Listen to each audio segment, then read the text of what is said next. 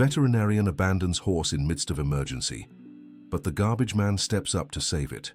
John Miller never imagined his nightly garbage collection route would be interrupted by desperate neighs coming from the most prosperous ranch in Lexington. The distressing sound echoed through the silent dawn, piercing the heart of the simple man who had traveled those rural roads for 20 years. As he approached the lit stable, John witnessed a scene that left him stunned. Dr. Richard Parker, the most respected veterinarian in the region, was hastily packing his tools, while Thunder, the champion horse of the Wilson family, lay agonizing on the straw-covered ground. "Doctor, the animal is still suffering terribly," said John, his hoarse voice breaking the heavy silence. Dr. Richard turned sharply, clearly annoyed by the interruption. "There's nothing more to be done. The horse is a lost cause," he replied curtly, snapping his medical bag shut. "Get back to your job and don't stick your nose where it doesn't belong." John watched Thunder writhing on the ground, his large, dark eyes reflecting unbearable pain. The animal that had brought so many victories to the Wilson family was now fighting for every breath. There was something about the scene that didn't add up. In his 52 years of life, growing up on his grandfather's ranch in Kentucky, John had learned to read animals' signs like an open book. "Excuse me, doctor, but this looks like colic," John said, stepping forward. "My grandfather taught me that when a horse gets like this, there's still hope." Dr. Richard let out a bitter laugh. "Oh, sure. Now a garbage man is going to teach me veterinary medicine?" he mocked, adjusting his white coat. "Know your place, man. This animal is worth more than 10 years of your salary." Still, John couldn't walk away. There was something about the vet's haste that deeply unsettled him. During his years working in sanitation, he had developed a sharp instinct for sensing when something was off. And here, something was definitely very wrong. "Doctor, at least let me try," John insisted, removing his orange cap and running a hand through his graying hair. "If it doesn't work, you can do whatever you want afterward." "Are you crazy?" Dr. Richard snapped. "If you touch that animal and he gets worse, I'll sue you for practicing without a license. Your life will be hell." At that moment, Thunder let out an even more desperate neigh, his legs thrashing in the air. John's heart clenched. He couldn't just stand by and watch the suffering. Ignoring the threats, he knelt beside the horse. "What do you think you're doing?" Dr. Richard shouted, taking a threatening step toward John. "I'm saving a life," John replied firmly, beginning gentle circular motions on Thunder's swollen abdomen. "My conscience won't let me see an animal suffer like this." The techniques his grandfather had taught him in childhood came back as if it were yesterday. Precise movements, just the right pressure, a patience born of genuine love for animals. John knew he was risking everything, his job, his reputation, maybe even his freedom, but he couldn't stop. Dr. Richard angrily pulled out his phone. "I'm calling Miss Elizabeth right now. She'll want to know some lunatic is messing with her horse." As the vet dialed, John continued his care. Thunder seemed to respond slightly, his breathing becoming a little less labored. It was a small sign, almost imperceptible, but John had learned to cherish every little improvement. 5 minutes later, the headlights of a luxury car cut through the darkness of the rural road. Elizabeth Wilson, 68 years old, stepped out of the vehicle with the grace of someone who had spent a lifetime running one of the largest ranches in the region. Her silver hair was impeccably styled even at that early hour, and her blue eyes shone with a mix of concern and fury. "Dr. Richard, what's going on here?" she asked, her tone controlled but laced with tension. "Miss Elizabeth, you've arrived just in time," said the veterinarian, pointing disdainfully at John. This cleaning worker is interfering with the treatment. I've already said there's nothing more to be done for Thunder, but he insists on playing vet." Elizabeth looked at John, who continued to gently massage the horse's abdomen, then at Dr. Richard, who seemed far too agitated for the situation. "And you? What's your name?" she asked John. "John Miller, ma'am. I've worked in waste collection for 20 years, he replied without stopping his movements. "I passed by and heard the animal in pain. I couldn't just ignore it." "Miss Elizabeth," Dr. Richard interrupted, "you need to remove this man immediately. He has no qualifications. If anything happens to Thunder because of this interference, the responsibility will be entirely yours." Elizabeth studied both men carefully. Dr. Richard was visibly flustered, sweating despite the early morning chill. John, on the other hand, worked with a calm determination that stood out. There was something about the simple devotion of this man that moved her deeply. "Dr. Richard," she said slowly, "in 20 years of caring for my animals, I've never seen you give up on a treatment so quickly. Why the rush?" "Because there's nothing more to be done," the vet snapped. "The horse is in a terminal state. Anyone with technical knowledge can see that." John looked up at Elizabeth. "Ma'am, with all due respect, this isn't terminal. It's severe colic, yes, but there's still time. The horse is responding to the movements. See how his breathing is already more regular." Elizabeth knelt beside John and observed Thunder closely. Indeed, the animal seemed slightly calmer than when she had arrived. "Keep going," she told John, ignoring Dr. Richard's indignant protest. "Dear listener, if you're enjoying the story, take a moment to like and especially subscribe to the channel. It helps us a lot as we're just starting out." Now continuing. Over the next few minutes, John worked with a dedication that impressed Elizabeth. His movements were precise, as if he'd done this 1,000 times before. It had been a long while since she'd seen someone treat her animals with such care and respect. "Where did you learn to do this?" she asked. "From my grandfather, ma'am," John replied, not taking his eyes off Thunder. "He took care of horses on the ranch where I grew up. He said to understand an animal, you have to feel what they feel." Dr. Richard abruptly cut in. "Ms. Elizabeth, I need you to sign this document," he said, pulling a paper from his bag. "It's a euthanasia authorization. We can't let the animal suffer any longer." Elizabeth took the document and quickly scanned it, her face tightening in surprise. "Euthanasia?" she said, alarmed. "Dr. Richard, Thunder is more than just a horse to my family. He carries our history, our victories. I can't just—" "Ma'am, it's the most humane decision," the vet insisted. "Prolonging this suffering is cruelty." At that moment, Thunder made a different movement. His legs stopped thrashing so violently, and he tried to lift his head. John smiled for the first time since arriving. "See, ma'am," he said to Elizabeth, "the animal is improving. He just needs more time and care." Dr. Richard grew visibly nervous. "These are just final muscle spasms," he said quickly. "Ms. Elizabeth, please sign the document. Every minute of delay is more unnecessary suffering." Elizabeth hesitated, the paper trembling in her hands. The hardest decision of her life lay before her: to trust a renowned veterinarian or a garbage collector who showed genuine love for animals. "Mum, what's going on here?" The voice came from the stable entrance. Sarah Wilson, Elizabeth's 43-year-old daughter, approached swiftly. Her brown hair was disheveled, as if she had rushed out of bed upon hearing the news about Thunder. "Sarah, thank goodness you're here," said Elizabeth. "Dr. Richard wants to put Thunder down, but this young man here thinks there's still hope." Sarah looked at John and her expression immediately changed. "I know you," she said, stepping closer. "You're the man who saved my dog 3 years ago, aren't you?" John looked up, surprised. "You're Max's owner?" he asked. "Yes," Sarah exclaimed. "You remember? He'd been hit on the road, and you stopped your work route to help me take him to the vet. You even came back later to check on him." Elizabeth stared at her daughter, confused. "Sarah, what are you talking about?" "Mom, this man saved Max's life.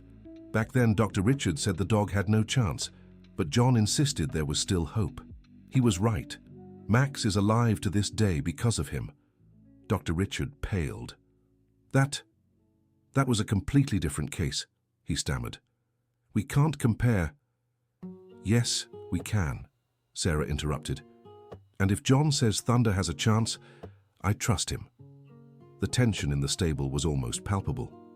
Elizabeth looked at the document in her hands, then at Dr. Richard, who was clearly uncomfortable, and finally at John, who continued tending to Thunder with unwavering dedication. "Dr. Richard," she said slowly, "why are you in such a hurry for me to sign this?" Because it's the proper procedure," he replied, avoiding her gaze. "As a professional, it's my duty." "In 20 years," Elizabeth interrupted, "I've never seen you so eager to give up on an animal. You've always been the first to fight to the end."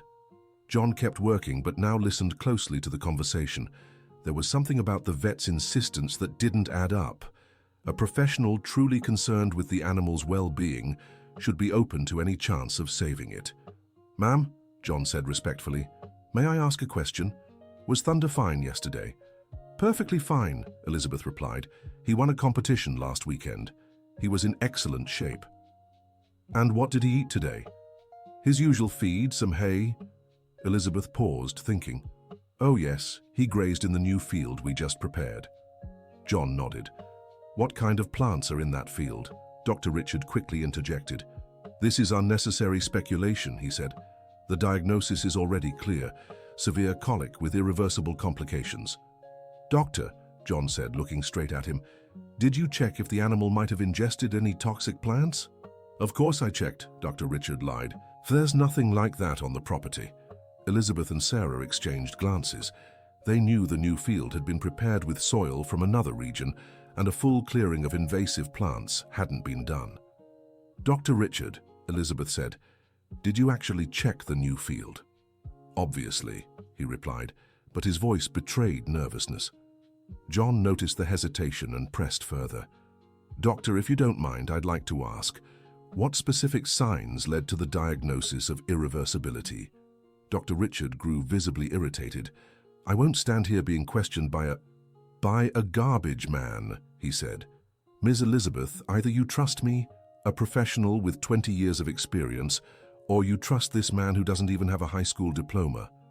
The comment felt like a slap in the face to John. His whole life, he had faced this kind of prejudice, people judging his abilities based on his job, believing knowledge only came from degrees and titles. "You're right, Doctor," John said softly, pausing his movements. "I'm just a garbage man. I don't have an education or a diploma. All I have is love for animals and 40 years of watching my grandfather care for them." Elizabeth's heart ached at the sadness in John's eyes. There was something about him that moved her deeply.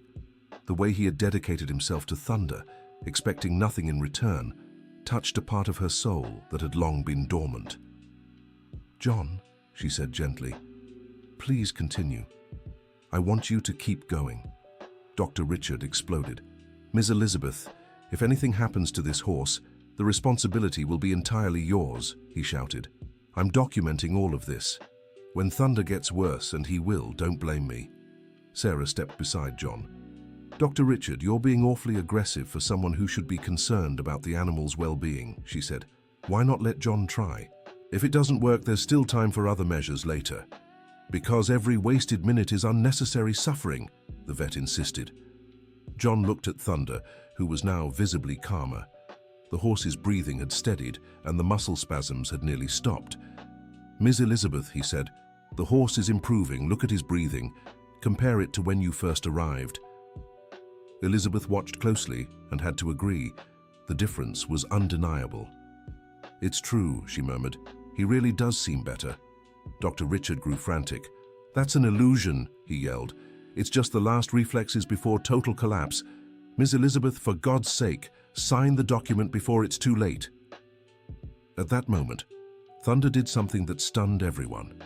The horse lifted his head and looked straight at John, as if thanking him for his care. It was a magical moment that left them all in silence. "My God," Sarah whispered. "He really is getting better." John smiled and continued his work, now with renewed hope. His grandfather had taught him that an animal's recovery was always gradual, but every small sign of improvement was a victory. "Dr. Richard," Elizabeth said, her voice firm and resolute, "I'm giving John more time to try.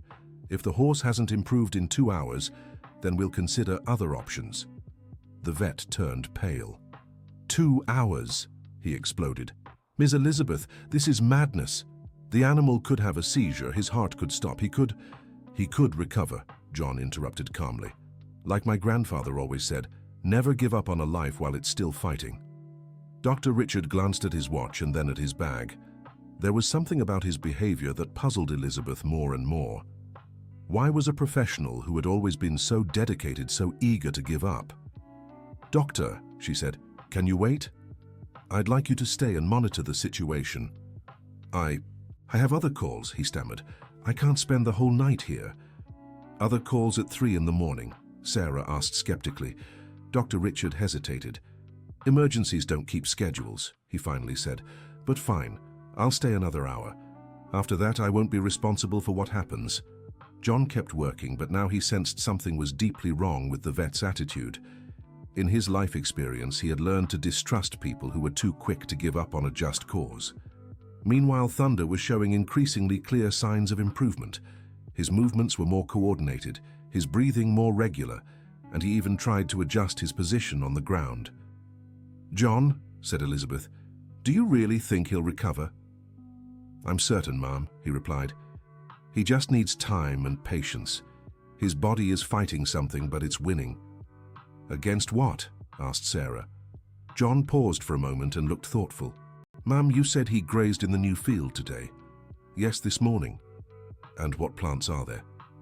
Elizabeth had to admit she wasn't entirely sure. "The soil came from another property. We haven't done a full clearing yet." John nodded. "I bet there's senna there, or maybe even hemlock. Those plants can cause exactly these symptoms." Dr. Richard laughed bitterly. "Now the garbage man is a botanist too," he mocked.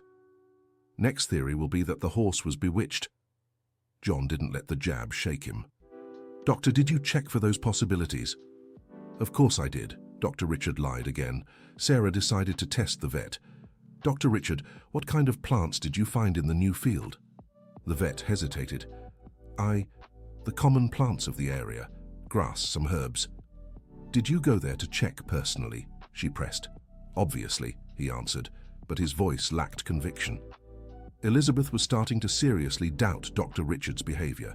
In 20 years of professional dealings, she had never seen the man so evasive and nervous.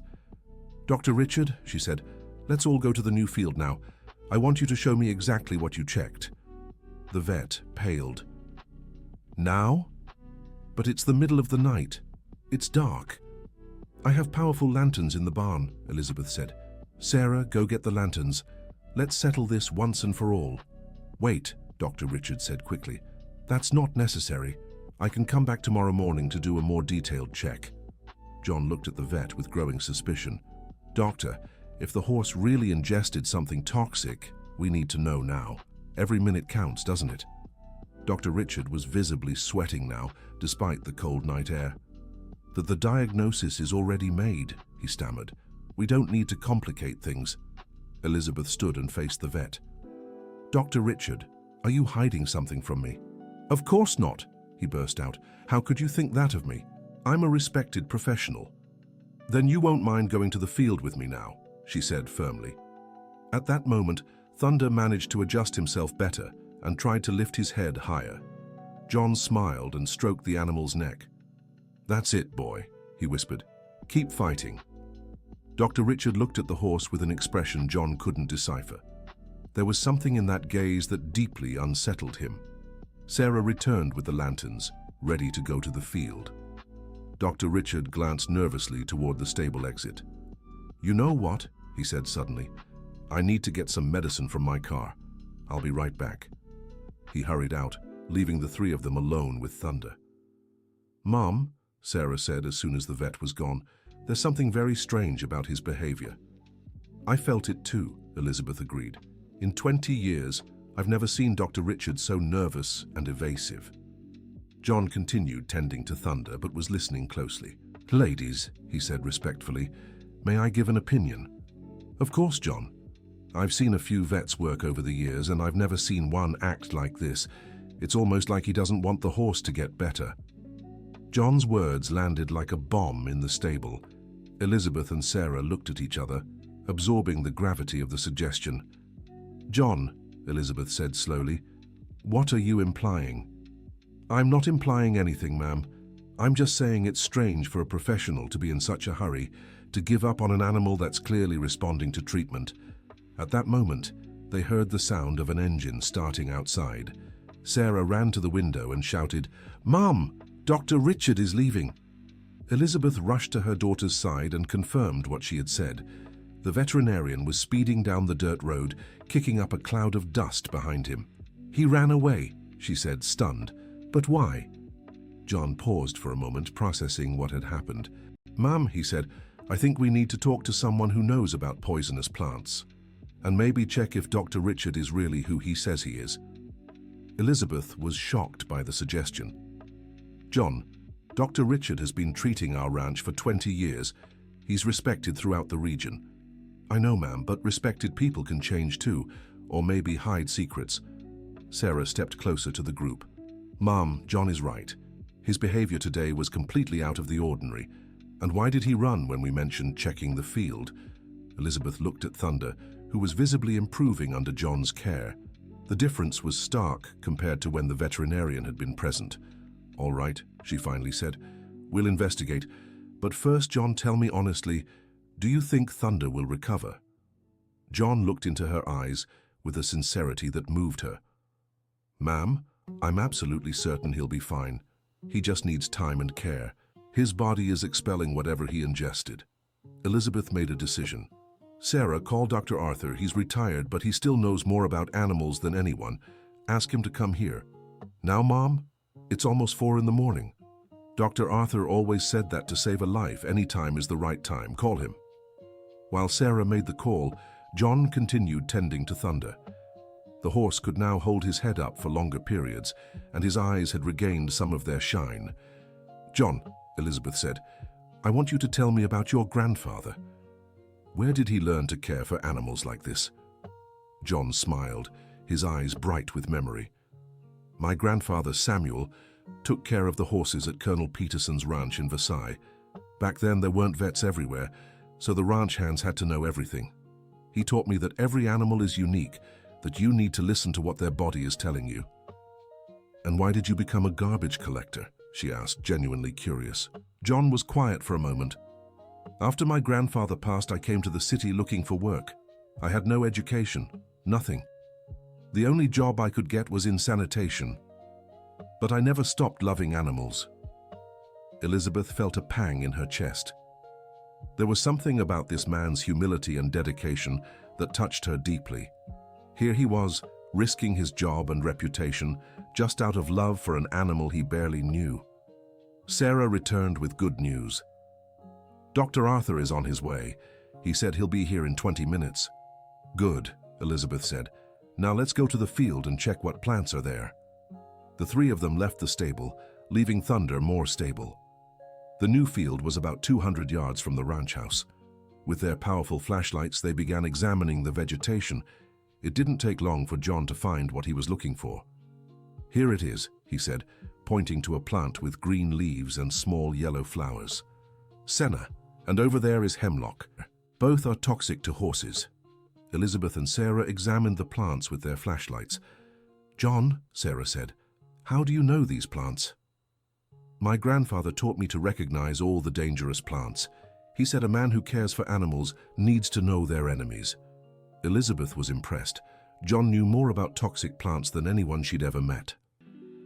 And Dr. Richard said he checked this field? She asked. He did, Ma'am. But it's impossible for someone with veterinary knowledge to have missed these plants. They're everywhere. The implications were disturbing. If Dr. Richard had truly inspected the field, he couldn't have overlooked such obvious plants. If he hadn't checked, why would he lie? When they returned to the stable, they found Thunder even more alert. The horse even tried to stand when he saw John approaching. Look at that, said John, moved. He's recognizing people. That's an excellent sign. 15 minutes later, Dr. Arthur Robinson arrived at the ranch. At 72, he was a legend in regional veterinary medicine. He'd retired 5 years earlier, but was still consulted on the toughest cases. Elizabeth, my dear, he said, entering the stable. Sarah told me over the phone. Where's the famous John? John stood up, visibly flustered to be introduced to such an authority. Doctor, it's an honor, he said. Dr. Arthur examined Thunder quickly, observing the movements John was making. Son, he said, where did you learn that technique? From my grandfather, Doctor. He always said hands feel what eyes can't see. The retired veterinarian smiled. Your grandfather was a wise man. That's a very old technique, but extremely effective for colic cases. And from what I see, you're doing it perfectly. John was touched by the praise. Doctor, We found toxic plants in the new field, senna and hemlock. Dr. Arthur nodded. That explains everything. Senna poisoning causes exactly these symptoms, and you're treating it the right way. Dr. Arthur, said Elizabeth. Dr. Richard said he checked the field and there was nothing toxic there. The retired vet grew thoughtful. That's very strange, Elizabeth. Richard is a competent professional. He knows toxic plants as well as I do. And there's something else, added Sarah. He ran off when we mentioned going to check the field together. Dr. Arthur looked concerned. Ran off? Richard ran off? Yes. Said he was getting medicine from his car and just drove away. The vet shook his head, clearly troubled. That's not like him at all. Something's very wrong here. Dear listener, if you're enjoying the story, please take a moment to like and especially subscribe to the channel. It helps us newcomers a lot. Now continuing, Dr. Arthur kept examining Thunder and was amazed by the animal's improvement. John, he said, how many hours of treatment did this progress take? About 3 hours, Doctor. Extraordinary. With conventional treatment, it would have taken at least twice as long. Elizabeth felt validated in her decision to trust John. Dr. Arthur, is there something we should know about Dr. Richard?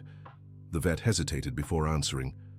Elizabeth, I don't like speaking ill of colleagues, but these past months I've heard some odd comments about him. What kind of comments? Cases where he gave up on animals too quickly. Diagnoses that seemed rushed.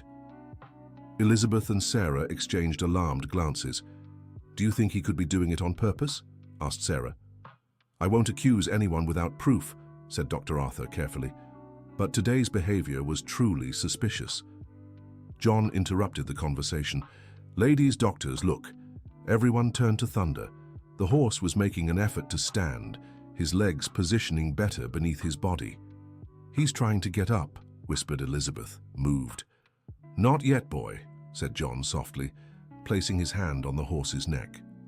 Just a little more rest. Dr. Arthur watched the interaction between John and Thunder with admiration. John, you have a natural gift for this. Have you ever considered taking a veterinary course? John laughed sadly. Doc, I barely finished 4th grade. How am I supposed to go to college?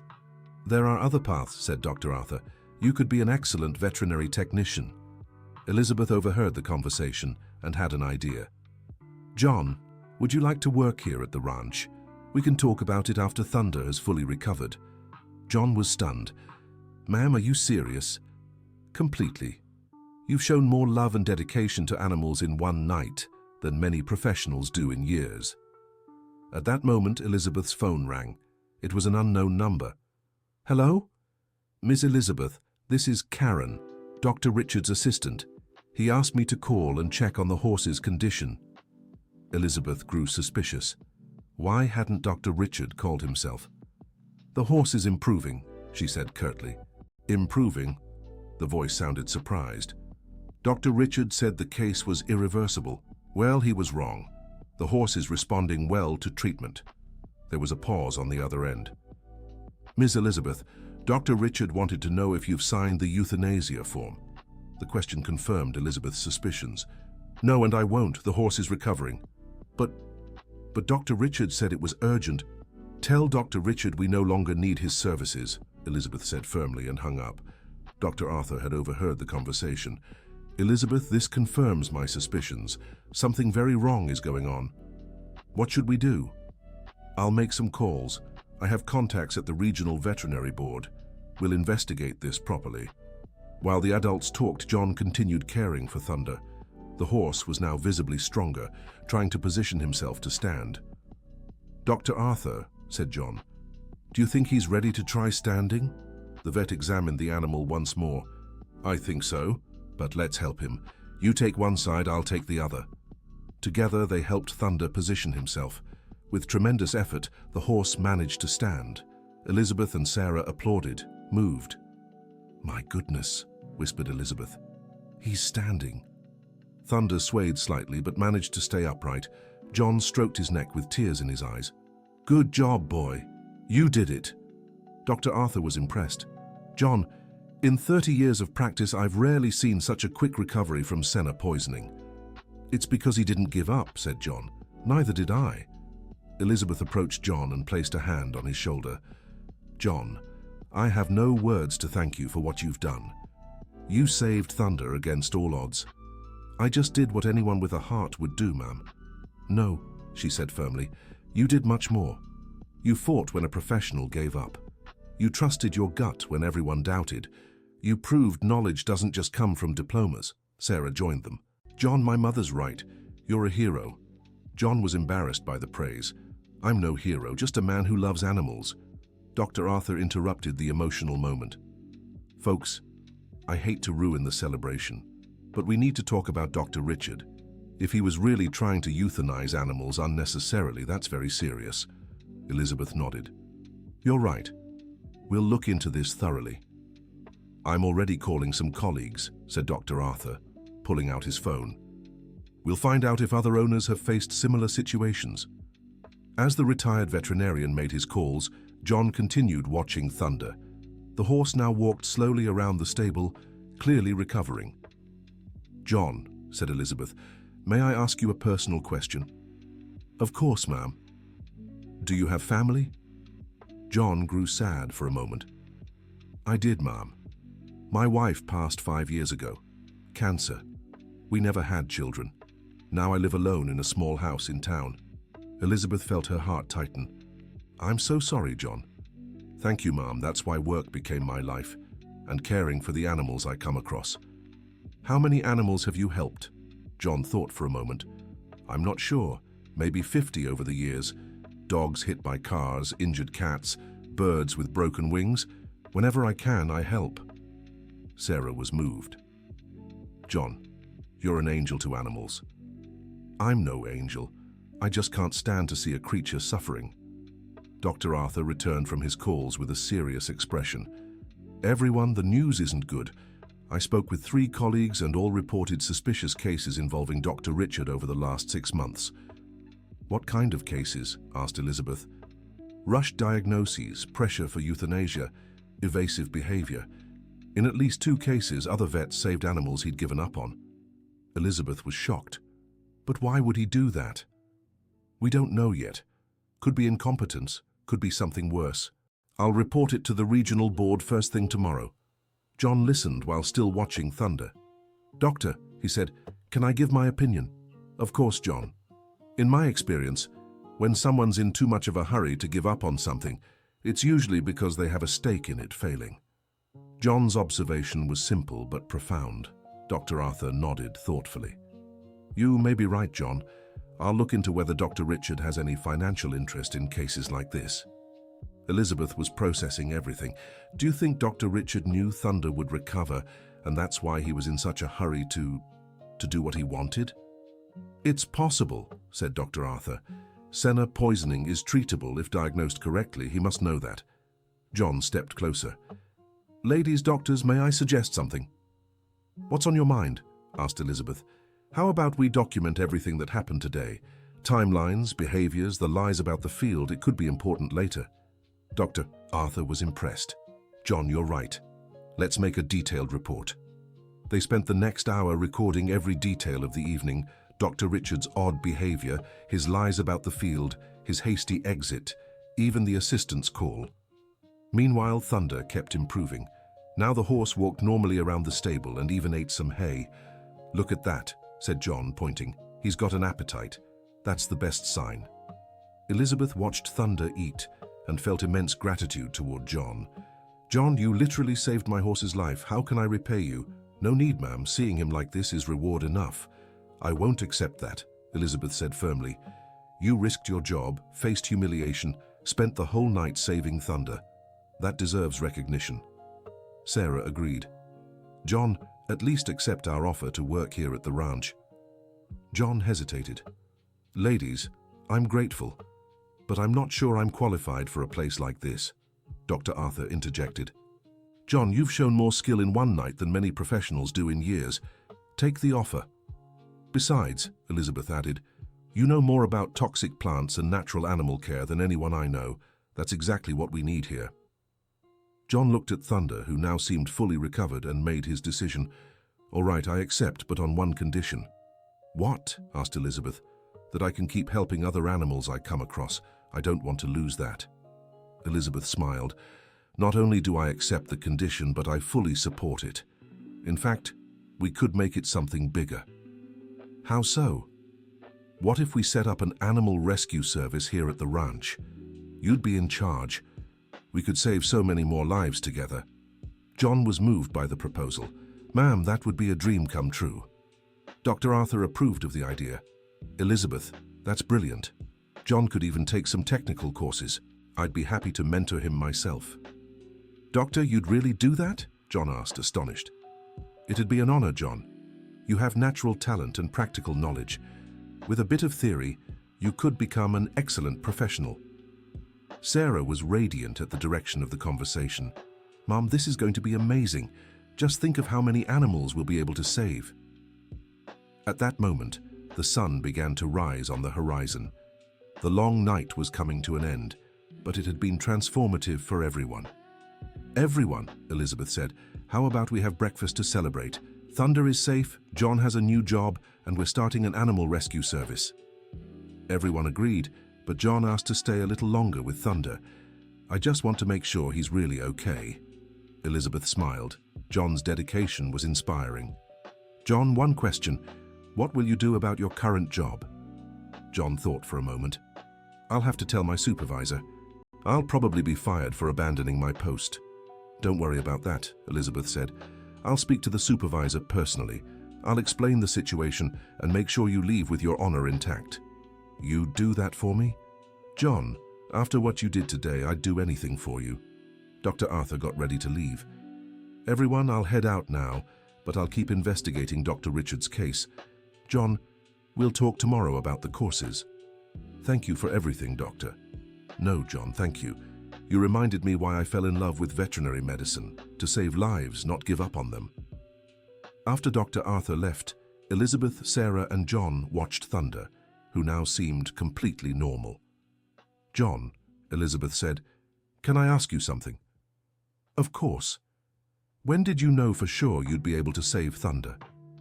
John thought carefully before answering. "When I saw he was still fighting. My grandfather always said, 'Where there's fight, there's hope.' Thunder never gave up, so I couldn't either."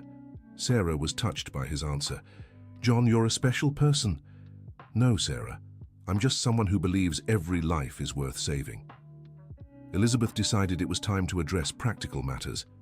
"John, when can you start working here?" "Whenever you'd like." "How about today? After breakfast, I can show you around the facilities. We have other horses, some cows, goats. It'd be good for you to meet them all." "I'd love that, Mom." "And one more thing. Stop calling me Mom. You can call me Elizabeth." John smiled. "It'll be hard to get used to, but I'll try." "Elizabeth." Sarah laughed. "John, you'll adjust quickly, and I'm sure you'll love working here." "I already do," he said, looking at Thunder. "Seeing this animal recovered makes it all worth it." Elizabeth grew thoughtful for a moment. "John, you said you lost your wife 5 years ago." "Yes." "Have you thought about marrying again?" John shifted slightly, embarrassed. "Oh, Elizabeth, who would want a 52-year-old garbage collector? A man who dedicates his life to saving animals, who fights for what's right even when everyone doubts him, who has a heart as big as the world," she said. "Any smart woman would be interested in someone like that." John was moved by her words. "Thank you, Elizabeth. That means a lot to me." Sarah agreed with her mother. "John, you're a good man. And good men are rare these days. You're both too kind to me." Elizabeth glanced at the clock. It was almost 7 in the morning. "All right. How about we go get that coffee? I think we all deserve a good breakfast after tonight." "Great idea," said Sarah. "John, you're about to taste the best cheese bread in the region. I'm looking forward to it." Before leaving the stable, John gave Thunder one last check. The horse was now completely normal, eating hay and drinking water as usual. "Bye, boy," he said, stroking the animal's neck. "You fought like a champion." Thunder seemed to recognize John's voice and nuzzled his hand, as if thanking him. "Look at that," Elizabeth said, touched. "He knows you saved him." Animals always know, John replied. They sense people's intentions. Dear listener, if you're enjoying the story, don't forget to like and especially subscribe to the channel. It helps us a lot as we're just starting out. Now back to the story.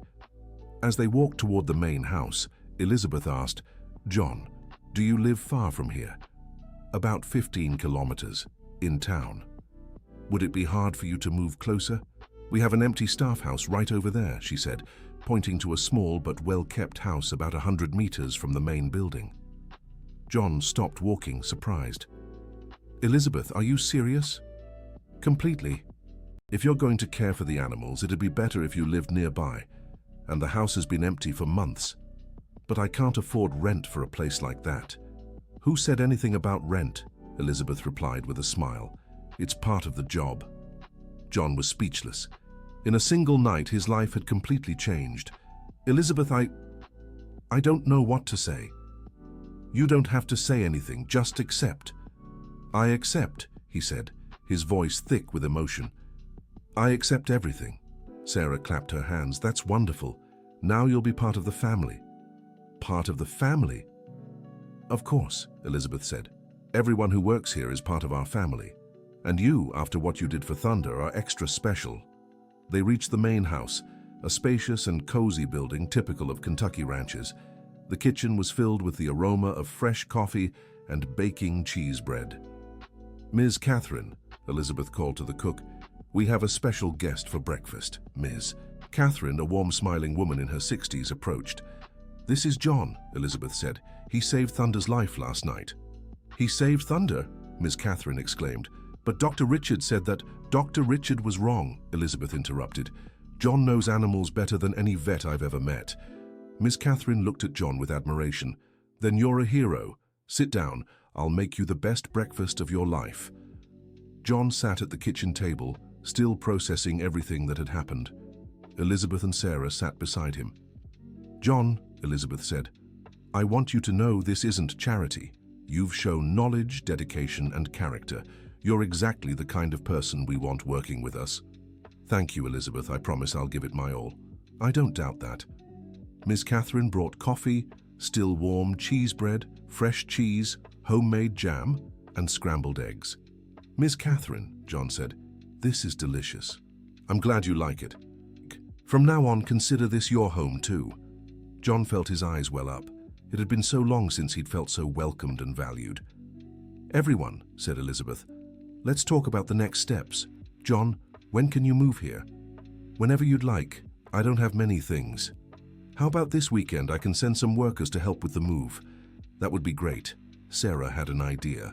Mom, how about we throw a welcome party for John?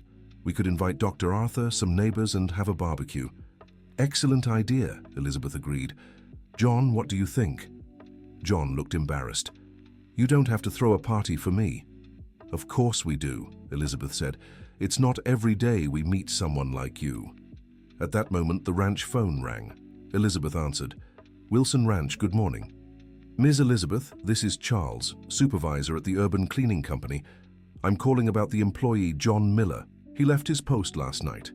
Elizabeth glanced at John and signaled for him to stay calm. Charles, let me explain. John was saving an animal's life here at my ranch. Saving an animal's life? How so? Elizabeth told the supervisor the whole story, from John's arrival to Thunder's full recovery. Unbelievable, Charles said. John was always an exemplary employee, but I never knew he had such knowledge about animals. Well, he knows more than many veterinarians. In fact, Charles, I'm informing you that John is leaving the company. He'll be working here at the ranch now. I understand. Ms. Elizabeth, on behalf of the company, I apologize if John felt pressured yesterday. He was always one of our best workers. He still is. Now he'll be one of our best workers. After hanging up, John sighed in relief. Thank you for speaking with him. Don't mention it. You deserved every word I said. Sarah was flipping through some papers. Mom, here are the contacts for the veterinary technician courses I researched. There's one in Lexington that accepts students without a high school diploma. John looked interested. Really? I could do that? Of course, Elizabeth said. And we'll cover your studies. Consider it a ranch investment. Elizabeth, you're doing too much for me. John, you saved Thunder. To us, that's priceless. Ms. Catherine joined the conversation. If I may, I'd like to share my thoughts. In 20 years working at this ranch, I've never seen Elizabeth so moved by someone. You made the right choice. John was deeply touched by the cook's words. Ms. Catherine, thank you. I'll do everything to live up to your trust. Elizabeth had an idea. John, how about we go see the house where you'll be living? We can check if it needs any repairs or furniture. Let's go, he agreed. The three walked to the staff house. It was a simple but comfortable building, with 2 bedrooms, a living room, kitchen and bathroom. It had a small porch overlooking the pastures. John, what do you think? Elizabeth asked. John looked around, still in disbelief at his new reality. It's perfect, Elizabeth. Much better than my current place. Great. Let's see what needs to be arranged. They made a list of necessary furniture and supplies. Elizabeth insisted on providing everything. Elizabeth, at least let me pay for some things. John, consider this an advance on your salary. You'll have plenty of time to worry about money later. Sarah showed John the rest of the property. Besides the horses, there were dairy cows, goats, chickens, and even some ducks. John, do you know all these animals? She asked. Yes, my grandfather raised all kinds. Each has its own quirks. Perfect. You'll be responsible for all of them. John felt a huge responsibility, but also immense excitement. Sarah, I promise I'll care for each animal as if it were the most important in the world. I don't doubt that. They returned to the main house at lunchtime. Elizabeth had prepared a surprise. John, I invited Dr. Arthur to join us for lunch. He has news about Dr. Richard. What kind of news? He didn't want to discuss it over the phone, said it's better to talk in person. Dr. Arthur arrived promptly at noon, but his expression was grim. Everyone, the news about Dr. Richard is worse than we imagined. What did you find out? Elizabeth asked. I spoke with the regional board this morning. There are at least 6 documented cases of his suspicious behavior over the past few months, and I discovered something even more serious. What? Dr. Richard has a stake in a slaughterhouse that buys discarded animals. The more animals he convinces owners to euthanize, the more money he makes. Elizabeth was shocked. Are you saying he was trying to euthanize Thunder to profit from it? That's exactly what I'm saying. The slaughterhouse pays top dollar for purebred horses, even if they're meant for other purposes. John felt sick at the revelation. Doctor, this means he wasn't trying to treat Thunder, he was trying to kill him. Unfortunately, yes. And you, John, prevented a crime. Elizabeth stood up, furious. That man cared for our animals for 20 years. How could he do this? It seems greed got the better of him, Dr. Arthur said. But don't worry, the board has already opened a formal investigation. His license will be suspended. What about the other animals he may have needlessly euthanized? Sarah asked. That will be investigated too. And John, you'll be called to testify as the key witness. John grew nervous. Doctor, I've never been to court before. Don't worry, Elizabeth said. We'll hire a lawyer to guide you. You'll just need to tell the truth. Dr. Arthur agreed. John, your testimony will be crucial to protecting other animals. You're a real hero. I don't feel like a hero. I just did what anyone should do. That's where you're wrong, Dr. Arthur said. Most people would have walked right by. You stopped, fought, and persevered. That's heroism. Over lunch, they discussed the next steps. Dr. Arthur offered to help John with his studies. Elizabeth confirmed all the job details, and Sarah planned the welcome party. John, Dr. Arthur said, I have a proposal for you. What is it, Doctor? How would you like to assist me with some difficult cases? Your hands-on experience could be very valuable. Are you serious? Absolutely. Today you taught me that knowledge comes from many places. I want to learn from you too. John was moved. It would be an honor to work with you, Doctor.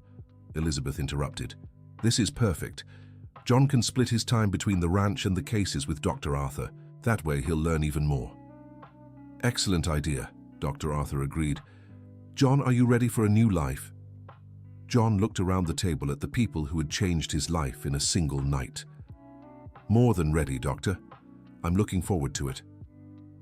After lunch, John wanted to check on Thunder again. The horse was fully recovered, grazing peacefully in the paddock. "Look at him," he said. "Last night he was almost... and now he's like this." Elizabeth was emotional. "John, if you hadn't stopped to help, Thunder wouldn't be here." "But I did stop, and I always will when an animal needs help." Sarah had an idea. "John, what if we documented your story? We could make a video to show how important it is to never give up. Do you think it would help other animals? I'm sure of it.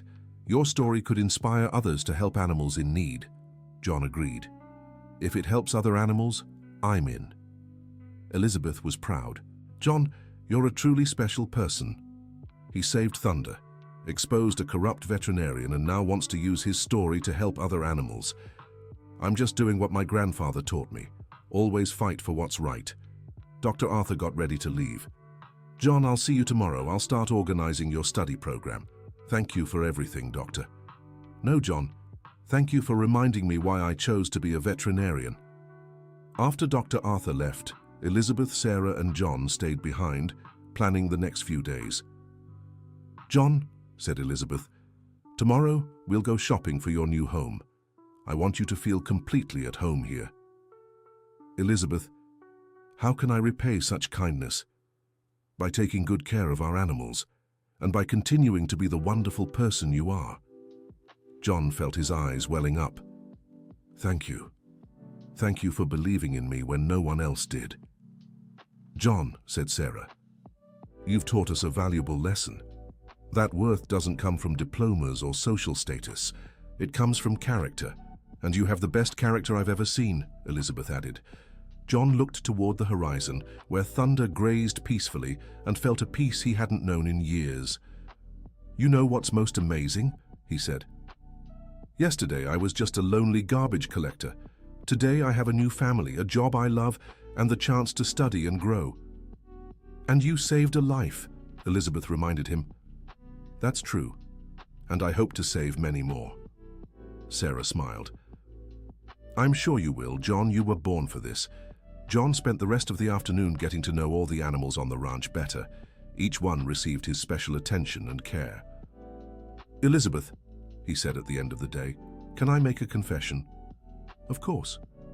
"This was the best night and the best day of my life." Elizabeth smiled. "John, this is just the beginning. We have a lot of work ahead, many animals to save, many lives to change. I'm ready for anything. I know you are. And we'll always be by your side." When the sun set that Monday, John Miller was no longer just a garbage collector. He was John, the animal rescuer, the man who never gives up, the person who proved that love and dedication are worth more than any diploma. And Thunder, grazing peacefully in the field, was living proof that miracles happen when we find people willing to fight for what's right. 3 months later, John had become a legend in the region. His animal rescue service at the Wilson Ranch had already saved over 30 animals. Dr. Richard had lost his license and was facing criminal charges. John was in his second semester of veterinary technician school and was already considered by Dr. Arthur to be one of the best students he'd ever mentored. More important than any of that, John had found a new family and a life purpose that filled his heart with joy every day. And it all started with a simple man who refused to walk away when he heard an animal in pain. The end of the story. Now tell us what you thought of John and Thunder's story. Do you believe John made the right choice by disobeying the veterinarian? Do you know any similar stories of ordinary people making a difference? Leave a comment sharing your thoughts. And don't forget to like and, most importantly, subscribe to the channel so you don't miss other heartwarming stories like this one.